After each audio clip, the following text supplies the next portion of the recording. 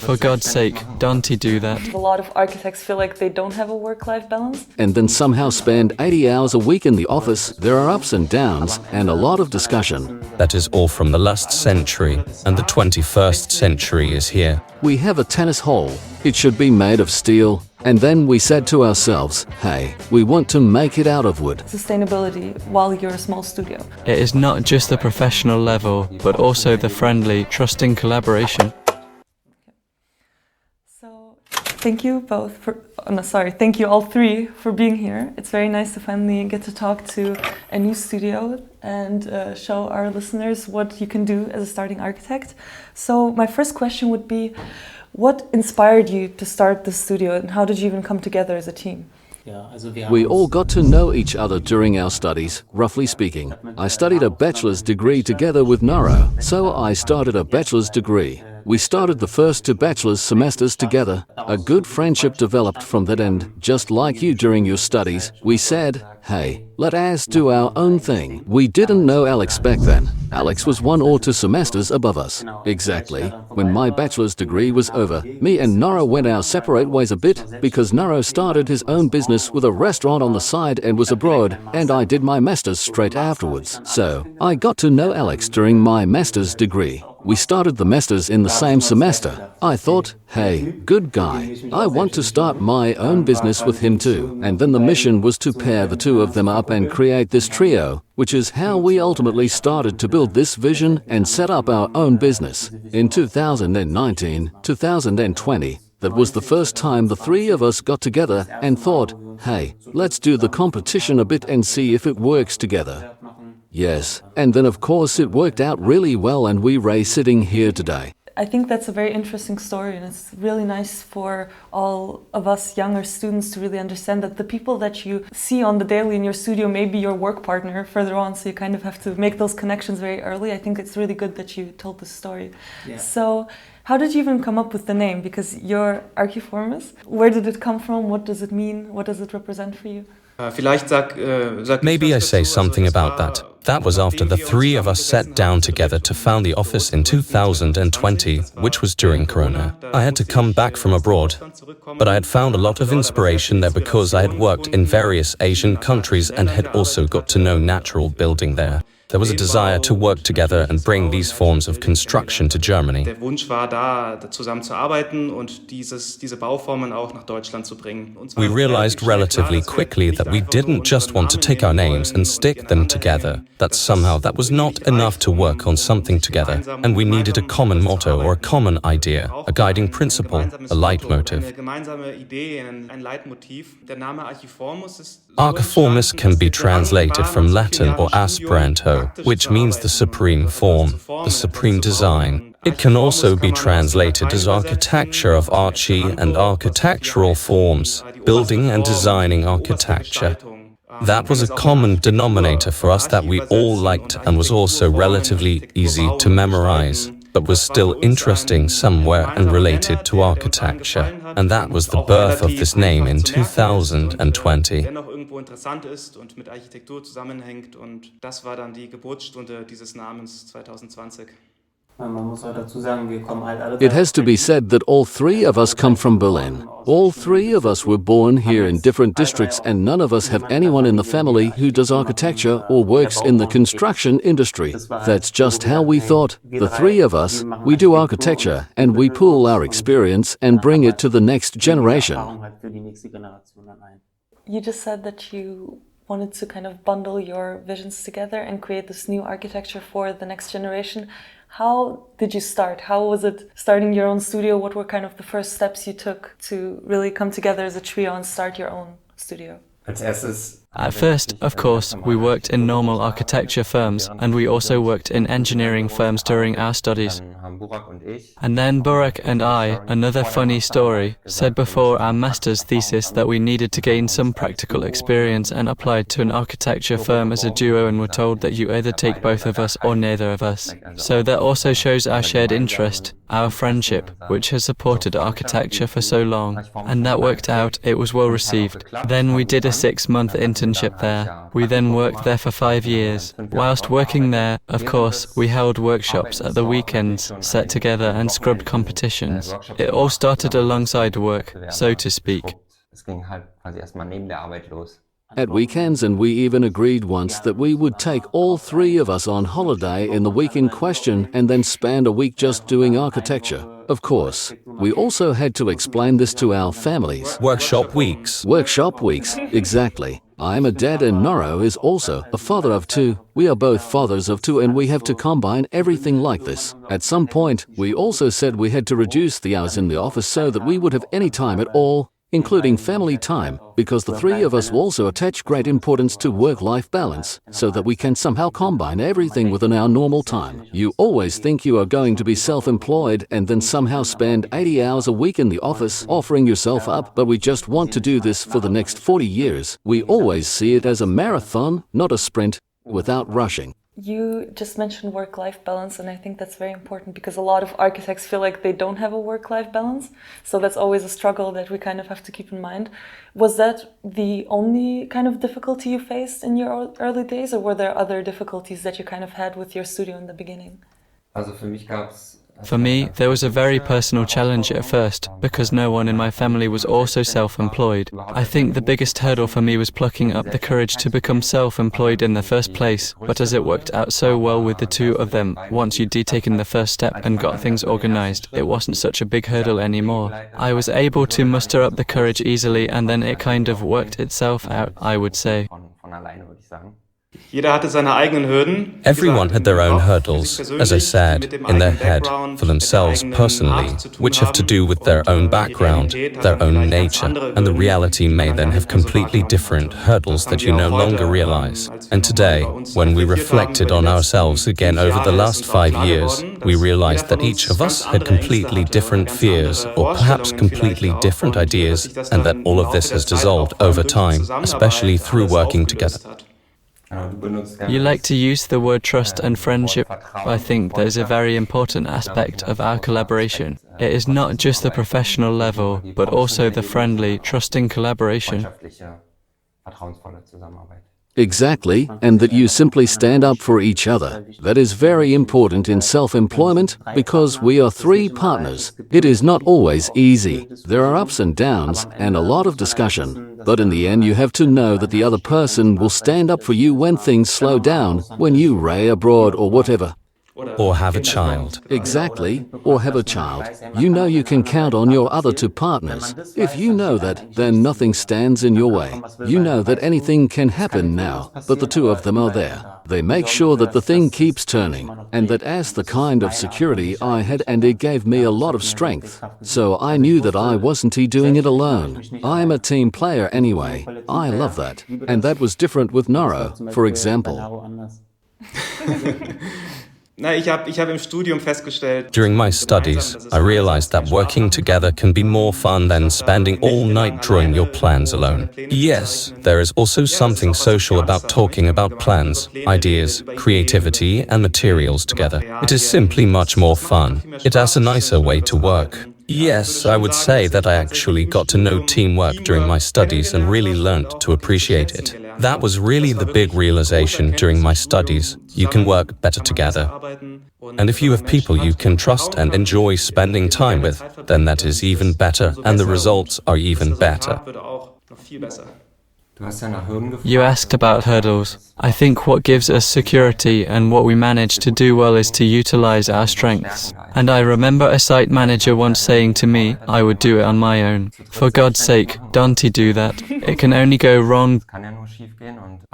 But we realized that we complement each other well. That Noro, for example, already has a lot of business know-how from his family. Burak brings his creativity and social skills to the table every day. Desire to create. This helps us to overcome these hurdles. I really love that because you often hear from architects that they can't wait to have their own studio to do their vision and do their thing, and kind of a little this egotistical mindset in a way where you kind of just want to create for yourself. But I think what I really love about you guys is that you just come together and you use the best that each of you has to offer, and you create the best product for everyone. And I think that's kind of the best mindset you can go into it with. So I'm really grateful that you shared that story. You mentioned that there were ups and downs in your kind of relationship with each other and working together. Could you maybe say how you push through those ups and downs and maybe bring some examples for us?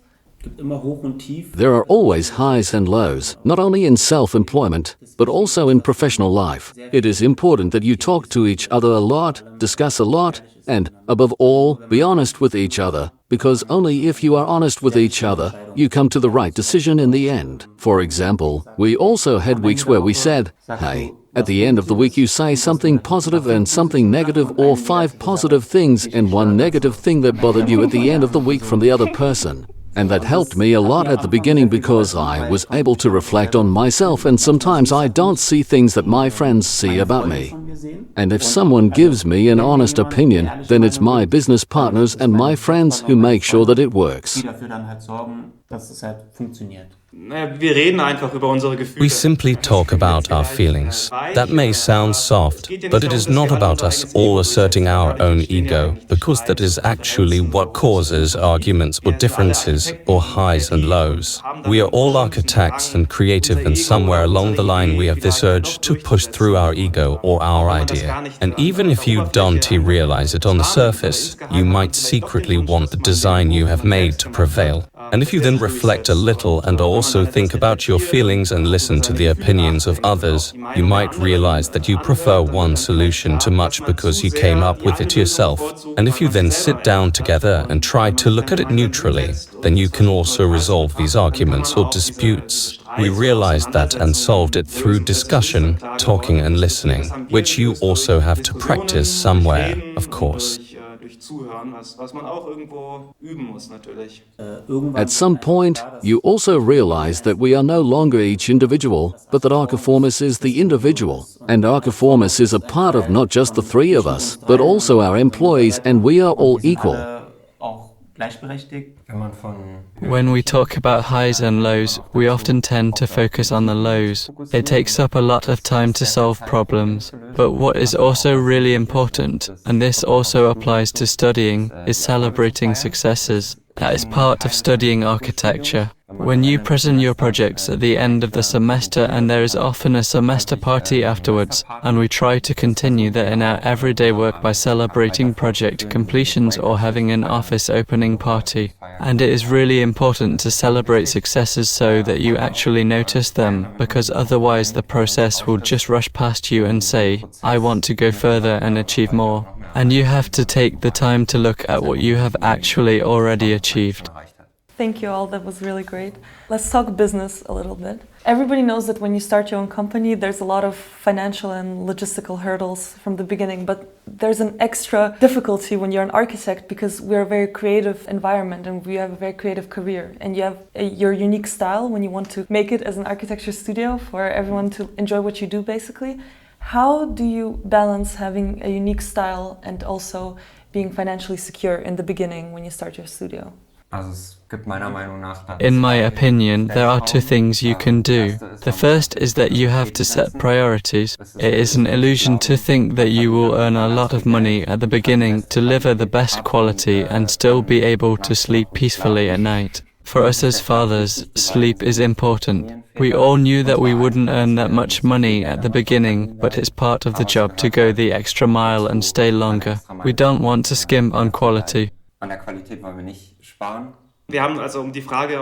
Perhaps a more concrete answer to the question, we started saving money and putting it aside relatively early on, when we were still working on the side, because we realized that we should be able to stay afloat for at least a year or a year and a half, even if no orders came in. That is why we always put money aside for 2 or 3 years, I think, so that we simply had a small buffer, a little startup capital that we had collected. With this startup capital, we were then able to rent a small, inexpensive office space that we got through acquaintances, and that was actually the only expense. Maybe also, of course, something like software, computers anyway. Then we simply worked relatively frugally for the first few months, and because we gradually worked on the side and then went part-time, And when we had actually officially founded the office, then the first orders actually came in relatively quickly, so that we had a good start and were able to work, at least to begin with, and didn't just have to live from hand to mouth. And that really is the interesting thing. As is often the case in life, you first have to get started for anything to happen. You first have to take the step and, for example, set up your office and say to the whole world, hey, I am here now, I am available, I am an architect. Then, as a rule, people come to you who are looking for exactly that and want to entrust you with their project. I think that was very interesting for everyone to hear that how you kind of managed to start your own studio, because often people kind of take out loans or they get sponsors from someone, but I think it's good to know that you can just save up money and just do it basically, not be scared. I think that's really great to put out there. So right now obviously you started out recently, so you're not a very big studio. Do you have any plans for how you want to scale in the future? And if yes, how do you plan to do it? Also erstmal ist unsere Priorität. So first of all, our priority is to grow organically. We are now 5 people. We have hired another employee who we know from our studies, who we had already been in contact with before, and who we already had a good relationship with. Naro in particular did a lot of projects with her during her studies. We have a working student and that is enough for now. Now we want to focus on making progress in terms of content and not on growing so economically. And once the first batch of projects has been realized, we hope that we have been able to convince people with good quality and with a good service mentality that we owe to our clients, and that word will then get around and grow on its own.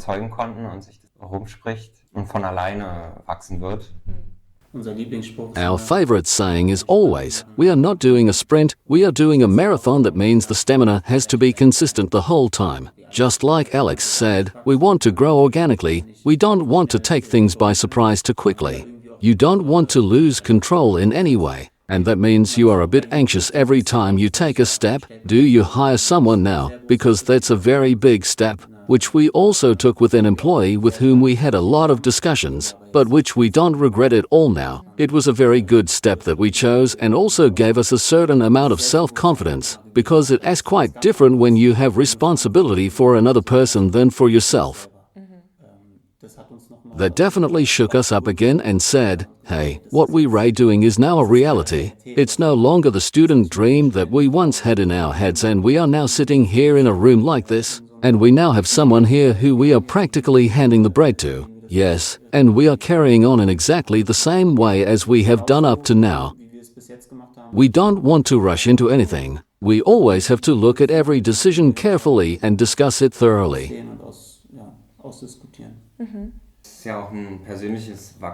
There is also personal growth that is taking place, so that is what we want to concentrate on. You learn so many new things every day, including how do you write invoices. You have to learn that first. How do you talk to employees? And that is why you can actually say that the growth is taking place internally on a personal level.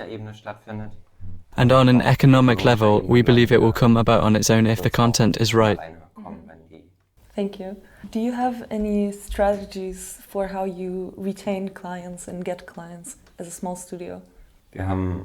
We are lucky that the builders actually find us. There is a saying, at the beginning you invest the 3 F, friends, family and fools, and we can confirm that. We have found that there are unfortunately no builders who have a lot of money and really great, high standards, but there are builders with great standards who perhaps don't have so much money. These are often friends. The projects are a lot of fun and we invest a lot of time in them.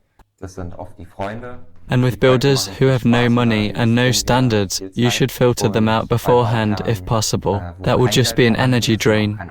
And then there are the builders who have investors, who have money, who perhaps don't care about the standards. And then we try to invest the money that is there, which hopefully also falls to us, and convince the builders to build sustainably, to use ecological materials, to invest our time and energy, so that great projects can still come about.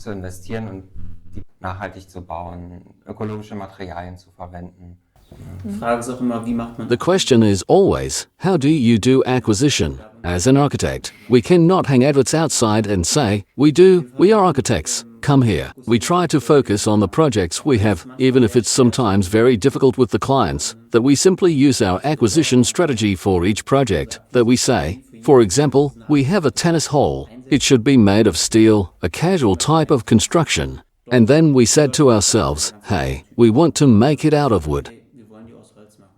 And we really tried for so long until we ended up phoning so many companies that we finally had an offer that changed everyone's mind, and now we are building it out of wood. And that was a big step for us, even if it is a small step in the end. But it was a success for us, and that's how it is with every project. There are various things that stand out, which we then use to try and acquire new clients. Yes, every project is individual and we try to focus on the things that are relevant, not necessarily for us, but for nature, for society, and also for the client. And if you do that well, then word gets around. And many people who are building, who are planning to build, also socialize with other people who are planning to build. And then they recommend you to others. And that means you are not actually doing anything wrong if you make good architecture with high standards and good quality. And that way you can keep your clients and also get new ones. I'm actually so glad you mentioned timber constructions, because we met at a timber event which was praising timber architecture. And I think it's so great that you just mentioned that, because that transitions really well into what I wanted to talk about next, which is sustainability while you're a small studio. So big studios, obviously, they have a lot of resources to do sustainability. They don't always choose to do sustainability. But how can you be sustainable as a small studio, and what are maybe some ways that you incorporate that in your projects? First of all, I believe that you can only embody sustainability if you also set a good example. We tried to do that on a small scale in our office. For example, we used ecological varnish here, even though we didn't have that much money to begin with. It was twice as expensive, but we said that if we wanted to create sustainable architecture, we had to live it. And it also has other qualities. For example, the varnish didn't smell, and that paid off in two ways. We reused old furniture here, tried out the things, the clay panels that we showed you, and that is also an approach that we then pursue in the projects. Try to make every project as sustainable as possible in terms of materials where possible, but above all to incorporate other aspects as well, because sustainability doesn't just stop at natural materials. We should take into account the typology.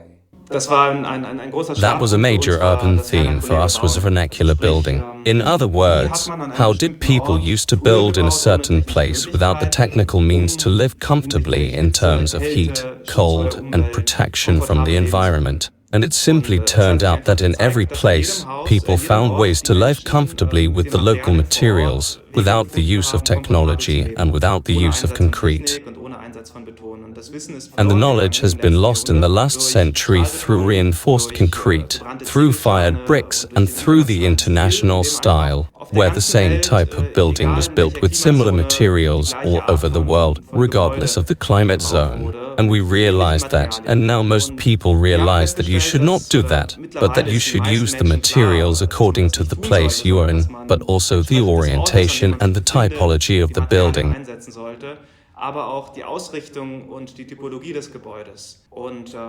And another approach we are pursuing is to do without building services wherever possible, or to use them relatively sparingly. So you could use the keyword low-tech. For example, the house allows good wind circulation, provides sufficient shade in summer, and is built from heat-retaining materials. Then I do not need air conditioning. Then I might not need heating either, or only need to use it very, very little in winter. And these are all ways of building ecologically and sustainably. In addition to materials, the typology, the shape of the building services, these are all aspects. And another point that Burak always likes to mention is, of course, that people also have to be given a love for this property, that you build a property or a place that people like so much that they do not want to tear it down again in 20 years. I would say that a room that is often used is the most sustainable architecture for me, a space that is used often and with pleasure. A good example that I could add to this would be one of our starter projects. with which we have become somewhat independent. A holiday complex in Sri Lanka, completely new terrain for us because it's in the subtroops. We have never built there before. Alex is also an energy consultant, and we try to develop low-tech variants with the technical possibilities we have these days. Alex carried out a solar study and developed a ventilation simulation of the building so that we could determine exactly how we should design the building cubature based on the location. And then the concept of form follows landscape came back to our minds, and we thought, hey, the form of a building is the landscape it is in and the corresponding climatic conditions. That really motivated us back then when we had this realization with the simulation. That was really great. I think it's very important for you guys to know we will insert pictures and videos that we made in their studio. They're not lying. This whole studio is a great example of sustainability, and I think it's very important that we show all the walls made out of sustainable materials and the carpets you removed and everything. I think it's very important that everyone sees that you really live what you preach, kind of, and I really appreciate that as an aspiring architect. So, talking about aspiring architects, what is one piece of advice maybe each one of you could give to aspiring architects that want to start their own studio in the future? This ties in a bit with the hurdle I mentioned at the beginning that is difficult for me to take the step. And I realized that you don't need to take big steps. But that is not about expecting to build an office from scratch overnight. That is about taking baby steps and getting a little closer to your goal every day. This doesn't just apply to architecture and not just on a professional level, but to everything in life. That's why big changes always come in small steps. I can't expect myself to live a completely healthy life tomorrow and stop smoking or to go to the gym every day from next week onwards. But you have to set yourself small goals and just take a small step in the direction you want to go, and the rest will follow. Like a marathon example, it all starts with one step. Nevertheless, you should know approximately where you want to go. It is definitely helpful to simply have a small vision. It can be an example, it can be a role model, it can be an architect, it can be a person, a company, whatever. And then you should have the courage to simply say, hey, I would like to do what they are doing too. And then you just go there and maybe you just call them and say, can I work there or do an internship or just have a look at it? So take the initiative yourself and go where you want to go and think about where you want to go, in which direction you want to go. And then the next step is simply to be brave enough to get in touch, take the initiative and risk things and set yourself the right setting and build the right environment to be able to take those small steps that Alex talked about. I think that was very great, and I would just like to ask a very simple question to kind of round up this interview and to really nail it down to the point, if you will. What legacy do you hope to leave in the architecture world? Legacy is a very big word. We are convinced that the construction revolution is coming, and we definitely want to be at the forefront of the construction revolution. It is not about us being number one. I think that is a problem that is bigger than Archiformus, but we definitely want to be at the forefront and shape the environment, the built environment, in a sustainable way.